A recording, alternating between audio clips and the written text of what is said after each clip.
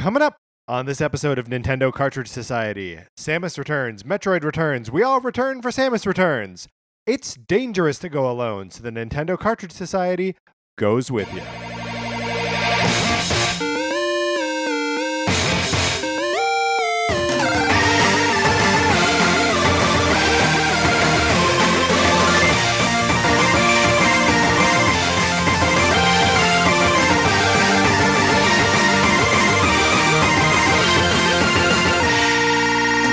Welcome to Nintendo Cartridge Society. My name is Patrick Ellis, joined as always by my co-host Mark Mitchell. Mark, how you doing? Doing great. How are you?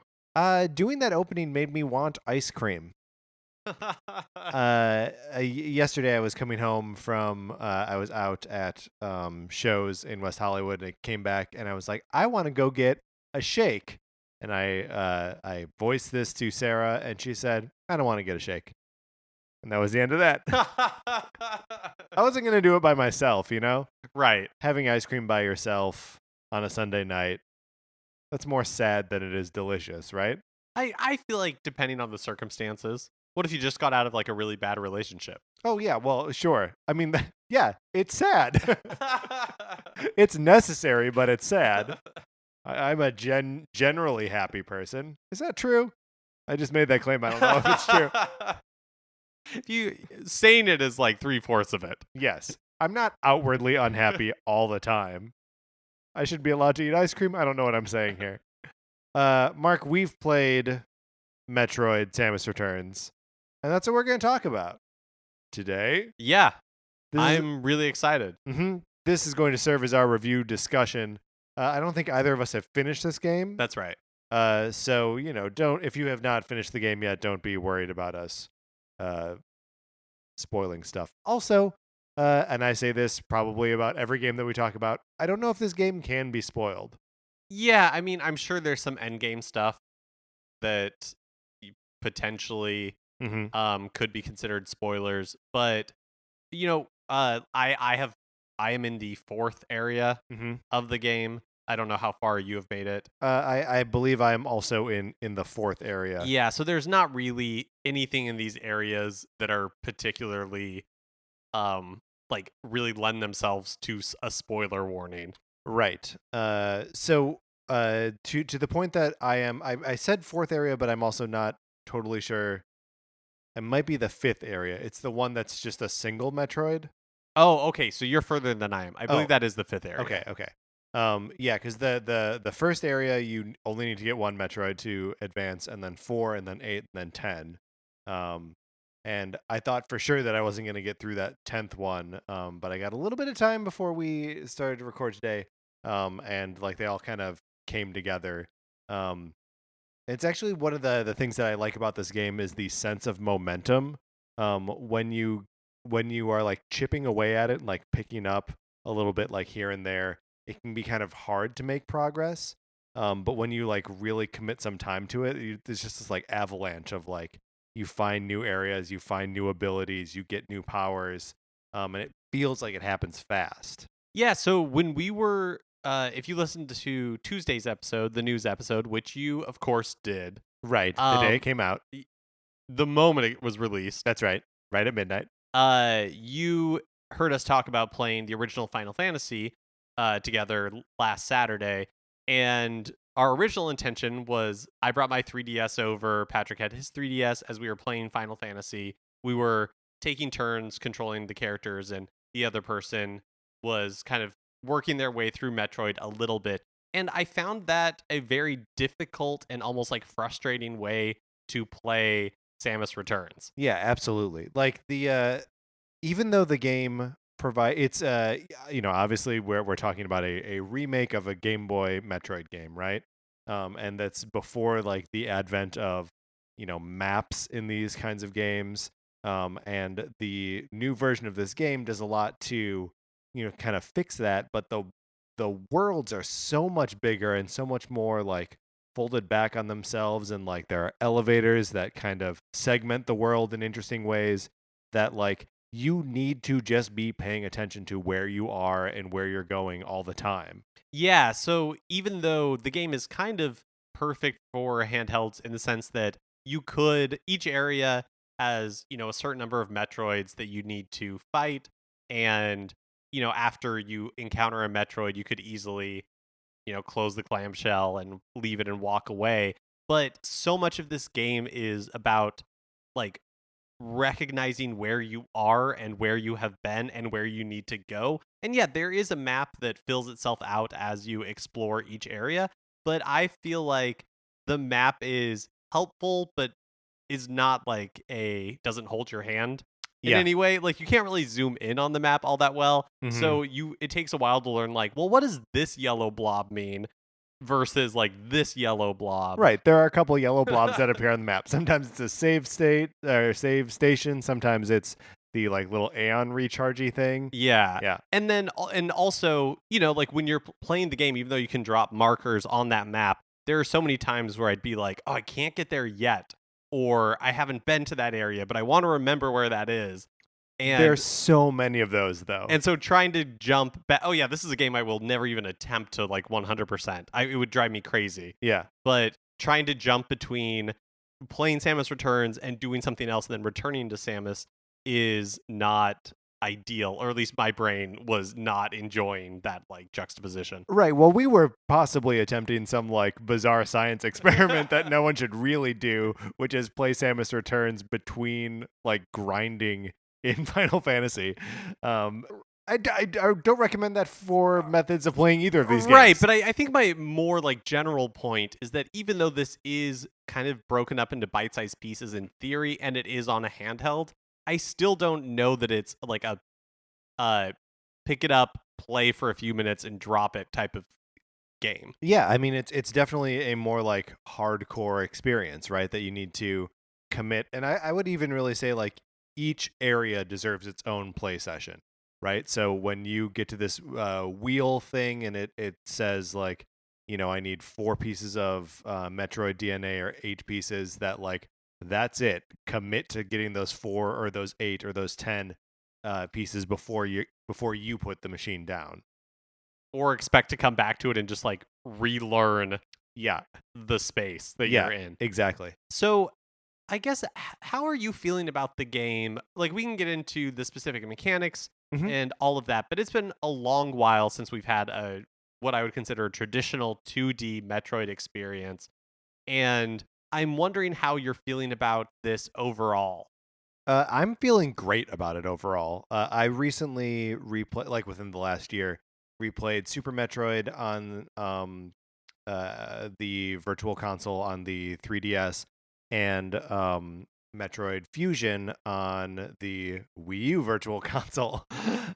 So I'm not too far from the sort of like classic 2D Metroid, uh, that method of gameplay, and this seems pretty much on par with those games as far as like the actual gameplay is concerned, um and even feels more like active and action focused than both of those for sure, and feels like more fluid and action packed than you and I played Other M just a couple months ago.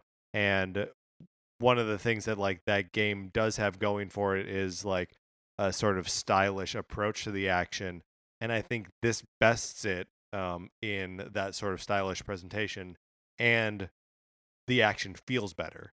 I think so. I was super excited for this game, and I'm really enjoying it at the point that I'm at. Initially, I wasn't really like entirely sold on it. It's Mm. taken a while for it to reveal itself, and I think part of that is because there are some slight tweaks to the mechanics of the game that are not major changes, but do change the way the game like or a Metroid game feels. Like you can like the free aiming that's kind of Hmm. possible with the circle pad and the counter, like the melee counter Yep. that becomes really vital to the combat in the game. And I think because I and, wasn't and to survival too, because like if you want to farm for health or the Aeon power or missiles, you get more when you counter and kill them that way. or even the Aeon powers themselves. Yeah, Um totally new. yeah, and these were all things that I don't know, it's I guess it took me a while to get into the rhythm of them. like learning all of that stuff in addition to what I feel like is like challenging maps, you Mhm. know, like just all that exploration. It felt like a lot, and I really felt like the game for me dipped in that like second area you explore. Um Sure, with the 4 Metroids? Yeah. yeah, like I wasn't really feeling that, but you get into that third area and the fourth area, you get more abilities, you're a little more powerful. You can Mhm. do the things that you kind of remember being able to do as Samus. Plus, you have all these new abilities that, for me, it's really beginning to pick up steam. Yeah. Well, and I think there's also something to, and maybe this is just something that I'm feeling as like a Metroid like diehard, longtime fan, that I think there are some normally like late game abilities that this game gives you early, like the spider ball and the spring ball, so that like you have so many more mobility options really early in the game. Like that you get the spider ball so early and you're able to just like scale every wall except for those that you specifically cannot. um like it adds another level of like traversal interest to this game that I feel like you don't have in other Metroid games. I'm feeling like the combat is a really cool addition to, or like the enhanced combat, like the melee counter, especially. Yeah, I feel like is a really cool addition because there's a lot more combat in this game. yeah, I feel like than in it's other like Metroid games. nonstop. Yeah, But are powerful enough and it moves smoothly enough. Like you were saying that you will like counter and then use your like ice charge shot and then blast them with rockets. hmm, And you're, even though some of that requires a touchscreen to initiate, or I yeah. guess no, if Well, you have it set yeah, to if I've got it on the the ice, yeah, exactly. um, or like the freeze, whatever they call it, Ice beam, I ice believe, is what beam. it's called. Yeah. So you're able to, even though you do have combat encounters all the time, you're able to move through them fairly quickly. Yeah, well, and I mean to your point about like having to like that you get this little like finger ballet going on. There are points when you're fighting the Metroids or evolved versions of them, and they're tricky fights. I expect to die at least on my first attempt at each one of them. But where you have to switch between weapons, like I always start by freezing their underbelly, which means when they dive at you, you can do like a melee counter and then blast them with missiles. But then, if they're one of those like crawly Metroids that you can have the opportunity to use that like rapid fire Aeon power and then switch over to the wave beam. So like to activate all of this, right? You have the freeze beam and you blast it and then switch over using the touch screen to have a different weapon equipped, and then use the D-pad to equip a different Aeon power, and then push A to activate it, and then Y to actually fire it, while holding L to aim to free aim. Like there are so many like little motions that like your hands just gets into this like kind of cool rhythm, and like I don't know, it feels good to pull that off. It does, although I've got to say, when you were describing that, I could feel my hand like cramping as you were Yeah. talking about it because, oh man, my like left thumb that I use on the circle pad, Hmm. it It hurts hurts. from playing this game. And I don't know if it's because the way so I'm playing on an original 3DS XL, and I don't know if it's the way that I have to, or I am holding it so I can have my fingers on all of those buttons and the Yeah. touch screen and lift its weight and control like the circle pad. But it is a game that I find physically painful to play. Um, so this is the first game that I am playing on my non-XL new 3DS. And I am finding the reduced weight of the thing to be a huge boon for me. The last two-ish Fire Emblem games that I played on it, I had to play like putting the thing in a stand because I couldn't. It's not super heavy, but like it's just heavy enough that you can't really keep it in your hands for extended periods without getting like kind of tired. Um, and especially if you're ever doing like any touchscreen stuff or like reaching across the machine in weird ways, um, or like playing Kid Icarus Uprising or any game that has like a weird input. Um, so I don't know if that's like an actual fix, but I have not had any like hand soreness playing this game. Wonder if I should borrow your stand and try playing that way. Yeah, you can. It's right over here. It's a lovely stand. Um, How do you feel about the presentation overall? Like the graphics, because it's kind of the first time we're seeing a 2D Metroid, and I'm not counting Other M because it has some like perspective shifts. It's kind of the first time we're seeing a 2D Metroid that's not sprite based. Yeah. In a lot of ways, this game does look like Other M. I completely agree. That Samus's body even kind of has the like kind of like curvier lady shape. And I guess that's present in like the Smash games too. So I don't know if it's just like a function of like pixel art that kind of obscures that or what, but if you were the kind of person who was surprised that Samus was a woman at the end of the original Metroid, I don't think you would have that same surprise in this one. But I'm actually really enjoying the like three-dimensional aspect of the presentation. Not necessarily like playing with the 3D on, but that the way that especially in the fourth area, you start to see platforms that like originate in the background and like kind of come into the foreground. It's still very clearly a 2D game, but it feels like you're existing in 3D space. How are you liking that? Are you playing with the 3D on at all? No, I don't play my 3DS with the 3D on. Mhm. I tried it a little bit at the beginning, like for like the first cutscene, and it seemed fine. But well, especially with the original 3DS when there's none of that head tracking, Yeah. it's kind of a nuisance to play. Yeah, I guess I am, and maybe when I get later into the game, I will see this. But I kind of feel like there's not a lot of visual differentiation between the different levels or the different areas you're in. I wish there Mhm. was more contrast. I wish there was more like difference in color scheme or like environment. Yeah, I feel like that's kind of missing a little bit. yeah. The thing about like difference in environment, I've noticed that like the last two larger areas that I've been in, have had hot portions, but there's no like hot world. Yeah. Which does make it like there's something cool about that like environmental unity of going into Brinstar, for example, in Super Metroid and being like, this is where it's like green and lush and kind of jungly, or going into Norfair and that's where it's Lava Town, and that we don't really have that same uh we don't have that same thing in this game. Yeah, and it's fairly early. Like it's Mhm. possible that will happen later. I also don't think that the music is bad, but I'm not blown away by it. Well, let's talk a little bit about the music and just like how you play this game.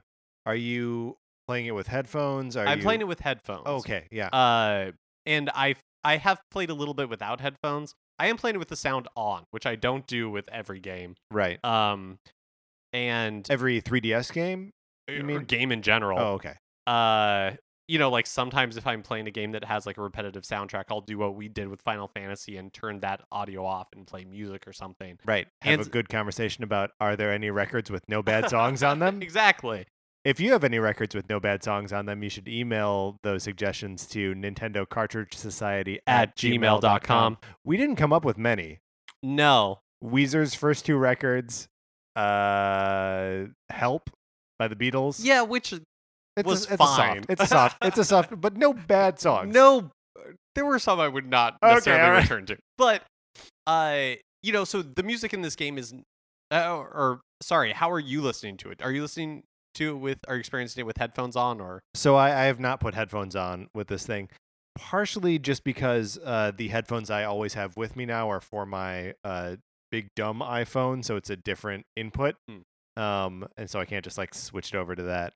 But so I will play it either with the music off or just playing through the 3DS speakers.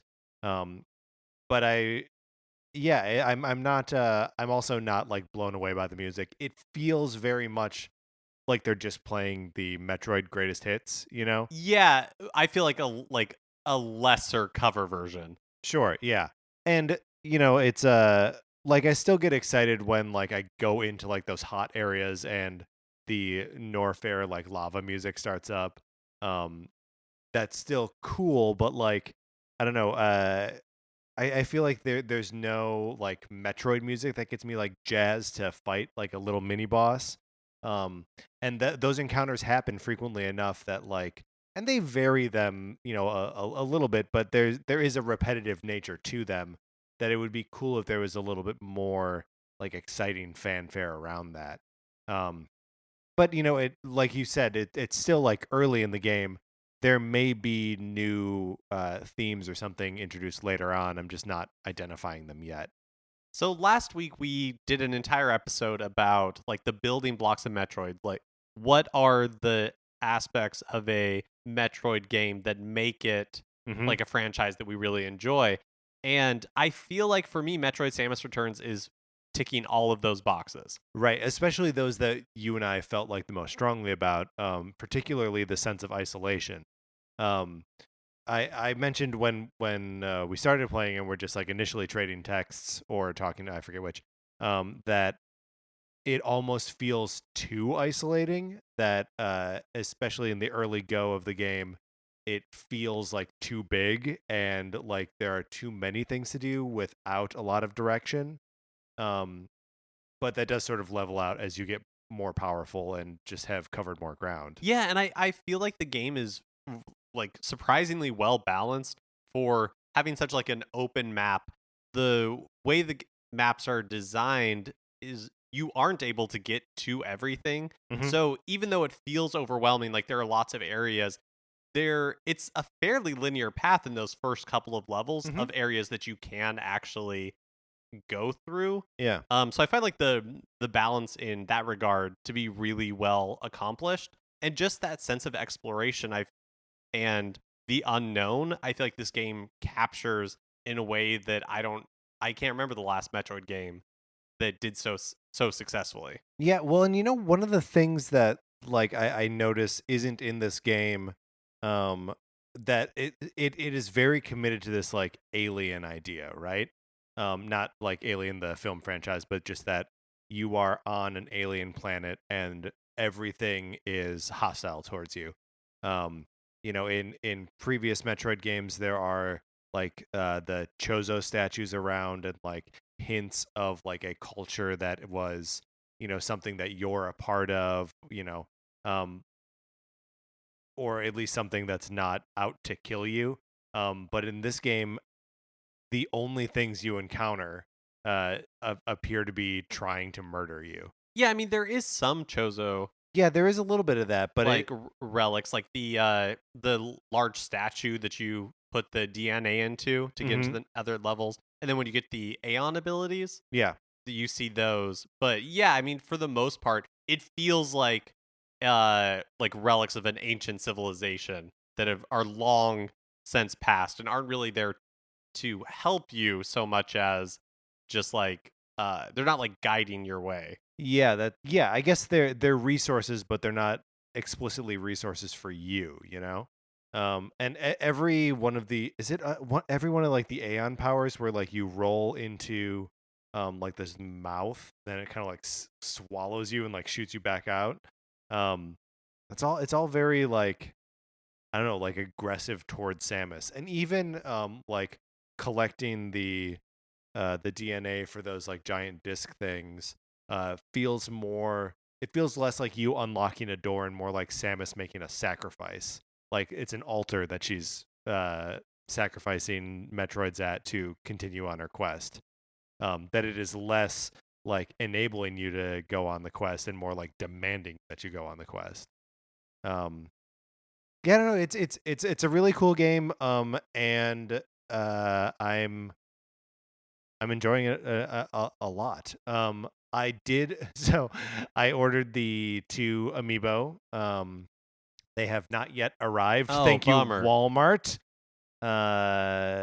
So I'm waiting patiently for my Samus and Squishy Metroid amiibo. Well, our friend of the show, Anthony, Mm-hmm. he sent me a video of because he got those amiibo as well, and I was asking if it was like satisfyingly squishy, the Metroid amiibo, and so he sent me a video of him Of squishing squishing this, it. and Yeah. I will tell you, it seems very satisfyingly squishy. um, so we know that one of the things that the Squishy Metroid amiibo does is unlock the fusion mode. Um, do you think when you are done playing this game that you have another playthrough left in you? To do just like the regular hard mode. I don't know. I mean, either the regular hard mode or the fusion mode, or just play it again. I don't think immediately, but that's doesn't reflect on this game Yeah, that's just at sort of all. how It's you just like play it's games, right? yeah, how I play games. Um, I do. I mean, I play Super Metroid probably about once a year, maybe once every other year, depending. Uh, and I like to revisit Zero Mission and Fusion. I could see this like joining that pantheon of like games that I play sort of regularly, because like there's just enough in there that like I could feel the satisfaction of like half remembering, but also then the rest of the satisfaction of like actually accomplishing. um yeah, I don't know. I would like to try this game on the fusion difficulty, and maybe tapping in the other amiibos to get those extra energy tanks and stuff. I think for me, I am really enjoying this game and I will definitely finish it. Yeah, I guess I feel like I'm more excited about what this means for the future of Metroid Mm-hmm. versus this game itself, which I think is really well made, a lot of fun. I'm really enjoying it, but I think it has the potential to mark like the start of a new era of Metroid. Mm-hmm. Like a little bit more combat focused, a little stripping away some of the stuff that we saw in Fusion and Zero Mission that kind of started to cloud what the series was exactly. Yeah. And I'm really interested in seeing if this game is successful, what they do for I don't know, like a Metroid 5. Yo, yeah. I mean, I've been excited about the concept of a Metroid 5 for a long, I guess, since after Fusion, like just with the way that game ends. But yeah, the I really like the note that the game is more like action focused, and that could be a cue for future Metroid games to take. Um, how would you feel about seeing like those Aeon powers return? I like them. Mm-hmm. I think kind of the remarkable thing about Samus Returns for me is that even though they are making all of these changes, and they're not even necessarily subtle changes, like the amount of combat and the way that combat is handled in this game is pretty different from any other Metroid game, and these Aeon powers are pretty different from anything we've seen in previous Metroid games, but it still feels like Metroid. Yeah. And I think that's a huge distinction that other experiments in the Metroid franchise have not like been able to success. It's not a hurdle that those games have been able to cross. Yeah. Well, and that's interesting because like um the combat heavy element of Samus Returns, is taking its cues from the original version of the game, right? The Metroid 2 Return of Samus. The express goal of that game is there are 40 Metroids, kill them all. And the express goal in this game is there are 40 Metroids, kill them all. So it's always a combat a combat based goal. And this game just kind of like gives you the tools, like it refines those tools for like what combat is. Combat is now, switching beams on the fly. It is a melee counter. It's these powers that let you, have like a rapid fire shot that give you like a shield with, extra range on the melee. Um, yeah, it just like it has solutions for all of like the little um problems that are raised by having a more combat focused game. So if we're speculating, do you think with Metroid Prime 4 poised to be released on the Switch maybe in the next couple of years, do you think there's room on the Switch for both a 2D Metroid and a like more 3D Metroid in the future? Or do you think 2D Metroid is something that lives on in handhelds, whatever form that takes and, going forward? I mean, it's a great question, but I also feel like the how do we how are we counting the Switch, right? Is it the handheld system or is it the console system? And like it's so split in that identity that I feel like we could see 2D Metroid on Switch in the future. Um but yeah, I just wonder if like the inherent difference in price point between 3DS games and Switch games just sort of like lends itself to a 2D experience. Um, that may be one of the principal drivers. But if they could put out a 2D Metroid game on Switch for $40, it'd kill, right? Well, and I don't even know if price point has to be a hurdle because you had the new Super Mario Brothers franchise Yeah. Okay. alongside the 3D Mario, and Metroid is obviously a very different franchise Yeah. with like, but there is that split between what the 2D version is like, what the 3D version is like. And I think if you were to go full hog in on a like HD 2D Metroid, something we've never seen before, I Yeah. think that's exciting enough to warrant a full price point. I don't know that it has to be like something that's relegated to the eShop. Yeah. Yeah. Fair enough. The thing that's so interesting, like, do we have to be restricted to two modes of Metroid? Like is that all Metroid is? Is it Prime and 2D? I guess Other M was trying to split the difference, right? Or like trying to strike out in like a third new direction. Um but like I guess to use your example of Mario, that like we have the sort of like galaxy style games, or the more like open kind of games than the 2D games, plus the 3D land and 3D world, which are sort of like a marriage of the two. So like there are three different kinds of Mario, I guess is what I'm saying. There could be three different kinds of Metroid. I suppose theoretically there are because Other M exists, but like three good kinds of Metroid. Um, like I think there is still room for another form for this game to take. And I mean, I'd like to see both the two that currently exist in concert with a new form. Yeah, I'd like to see them. It feels like Metroid's back. It does. It profoundly feels like Metroid's back, And right? so I would like to see them iterate on what they've done in Samus Returns before trying to create like a third version of Metroid. Yeah, I guess that's fair. We had talked about Mercury Steam originally pitching a Nintendo a remake of Fusion. Would you be interested in seeing that, having played what you've played of Samus Returns? So I think Fusion is a great game on its own. Mm-hmm. I feel like part of the reason why Samus Returns was a prime candidate for a remake like this is because it was released on the Game Boy and like the limited hardware, not only the limited hardware, but I feel like the limited exposure that Yeah, game had because it was on the Game Boy. It makes less sense to me to remake Fusion because I think that game holds up well yeah, and is accessible on a lot of different platforms. I mean, platforms that are sunsetting, but sure. it is out there Right. nonetheless. Can be played. Um yeah, and I mean there's also just that Metroid 2 has this like pivotal moment in the Metroid series where Samus encounters the baby Metroid and spares it, the hatchling. Man, I wish I missed the days when they call it the hatchling and not the baby. Um but that's such a like a turning point for her character, and something that is sort of played with throughout Super Metroid and Fusion, that like and Other M for that matter. Um, that like it's nice to have that in a game that's like competent, a competent expression of itself.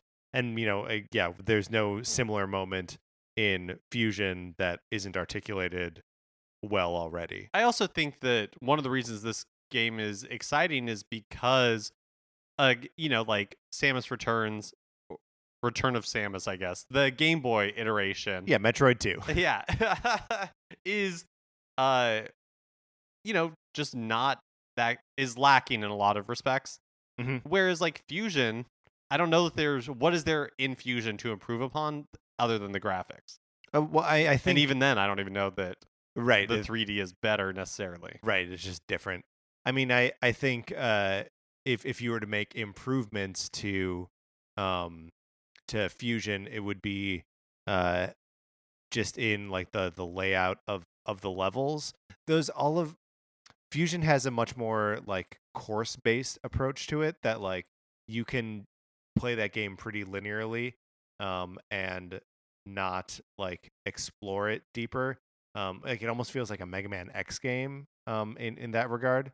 So like that could be one way to steer you towards its like little offshoots a little bit more directly. But also I think you could explore different ways of expressing that game's story, just maybe without being so chatty. Um, and that would improve it. But these are minor things. These are like what we were saying are our little quibbles with the original Final Fantasy. So yeah, forget it. Mercury Steam, get off Fusion. It's fine. You don't need to mess around with that. Get to work on Metroid 5. Yeah, overall, I was really excited about this before it was released. I think you were really excited about it before it was released, and it's lived up to my expectations. Like it's an exciting time to be a Metroid fan. It is, and that's maybe the first time that's been true since geez. The release of Prime and Fusion? Yeah, maybe. I mean, not that Prime 2 or Prime 3 are bad games, right? But yeah, I mean that's probably the last time that it was like actively good to be a Metroid fan. So like 2002, something like that. Long time. So welcome back, Metroid fans. That's gonna do it for our discussion on Metroid Samus Returns. How are you enjoying this game? I'm sure you picked it up. So please write to us with your impressions of it at Nintendo Cartridge Society at gmail.com. And you can get us on Twitter and Facebook. I'm sure we'll be talking about this game on those platforms for a while. We are at NinCart Society, and the Facebook page is just Nintendo Cartridge Society. If you like this episode, please rate, review, share, all that good stuff. All of it helps us a lot. And tweet at us and hit us on Facebook and all those things. If you like Markermind's opinions, we write about comic books on retconpunch.com. Olivia Duncan made our logo, and 8-Bit Betty made our music. Here's some of his music right now. For my co-host, Mark Mitchell, this is Patrick Ellers saying, it's a hatchling. And thanks for listening.